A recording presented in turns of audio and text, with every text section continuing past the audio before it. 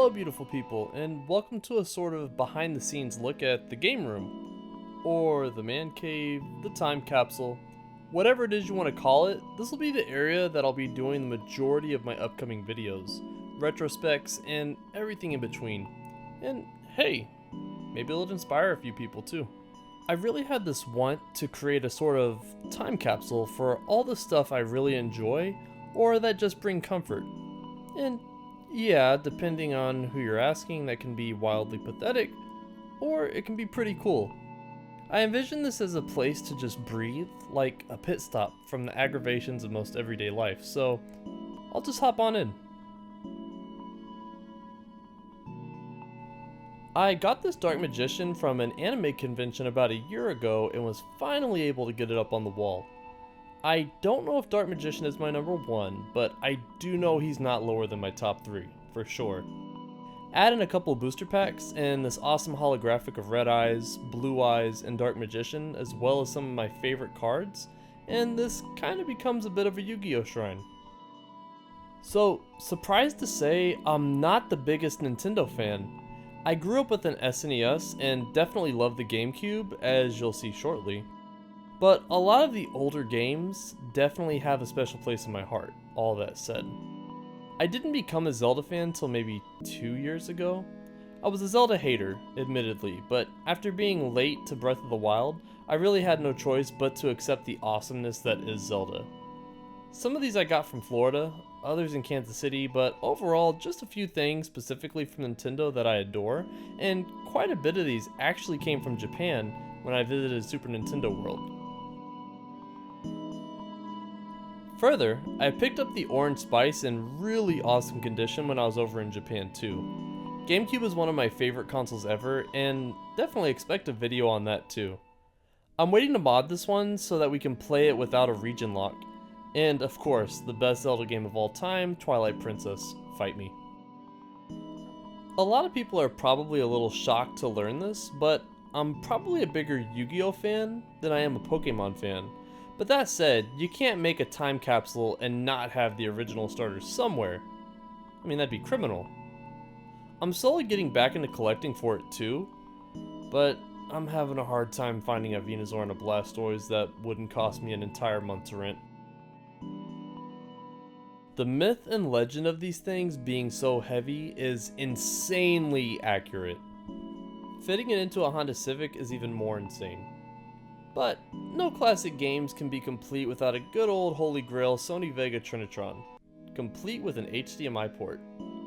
The possibilities are endless on it. I've got it set up to run the good stuff.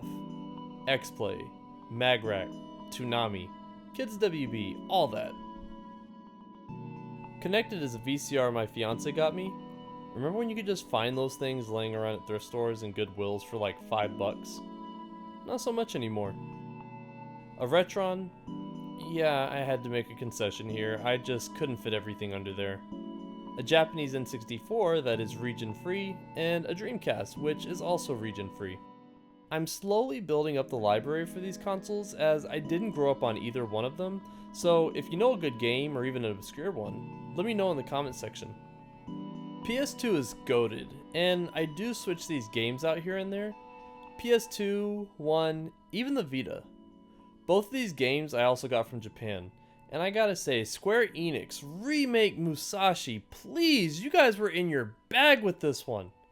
And Persona 2 because, honestly, I just like the way it looks. Early Persona looked and had a vibe that it just doesn't have anymore. And of course, one of my favorite series from arguably my favorite mangaka of all time, Chainsaw Man. Gotta throw it somewhere. It was also an act of God getting these things to stay on this tiny little platform. Let me tell you. I'm also a big Mortal Kombat fan, so when I found out about the Storm figures and that they went out of their way to make Ermac, of all people, freaking Ermac, my favorite character of all time, into a highly detailed and accurate figure, I had to pull the trigger, no matter the cost. Also got Kung Lao Reptile along the way too.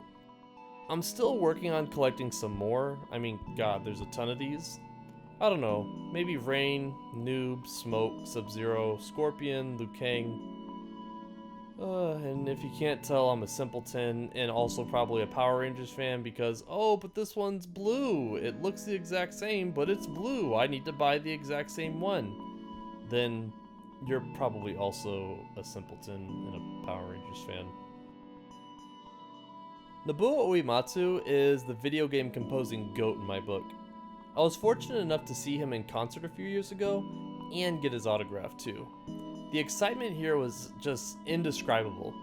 This guy is arguably my favorite musician of all time, video game or not.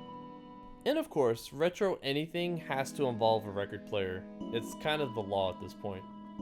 I collect a lot of video game, new age, and jazzy vinyl, with Tenchu on the way actually at the time of recording. It has a wonderful sound, and there's nothing quite like listening to your favorite album on wax with a good sound system. And you know, now that I think about it, I'll probably be doing a video on that sometime soon, too. And of course, no man-child would be complete without a little Godzilla. Truly one of my favorite franchises, I kinda loaded up while I was in Japan. Final Wars is arguably the coolest poster of all time in cinema, and I won't hear a word about it. These Bandai movie monster figures are also amazing. And you gotta show some love to Gamera while we're at it, along with some Ultraman figures I got while I was still over in Japan.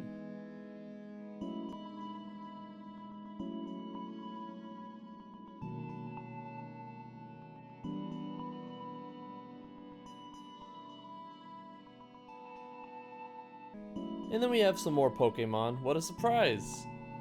All of this, minus this Pikachu here, I got when I was about 4 or so, came from Japan at the Pokemon Center.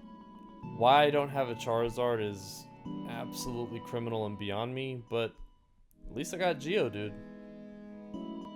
Arguably the most slept on game series of all time. And good lord, the anime didn't help. Just look at how they run! Onimusha was a no-brainer for me.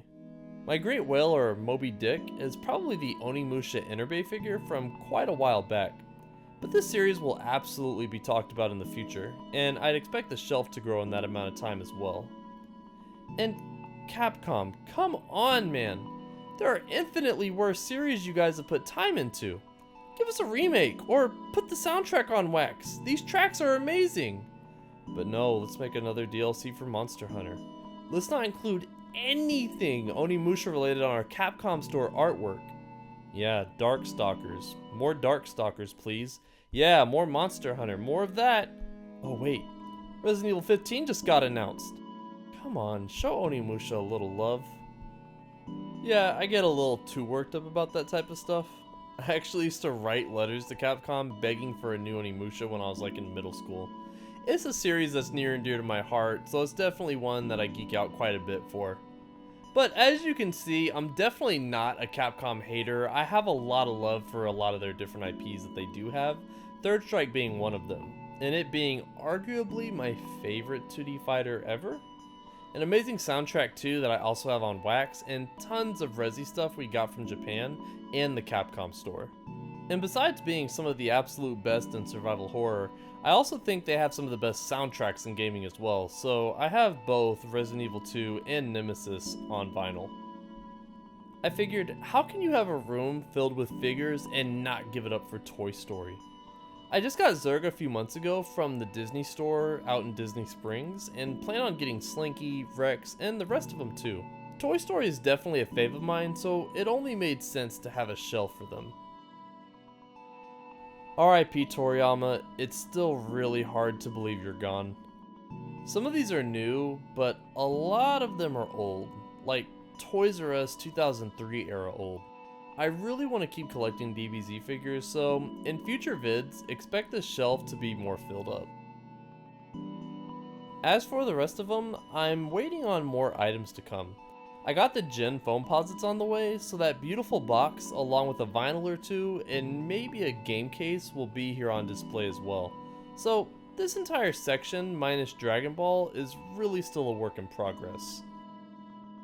Then we have a little bit more up top, the X-Men Spider-Man Hero section, and my god, how wonderful has this been, Riley?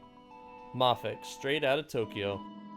And to that, we have some old school Marvel Legends, and neighboring it, some more kaiju goodness, along with its neighbor, the Gundam Tower. We have probably 7 different model kits that we still have to make, so again, we have a lot more to come soon. And I guess we round out on 2 old consoles and my slowly growing VHS collection.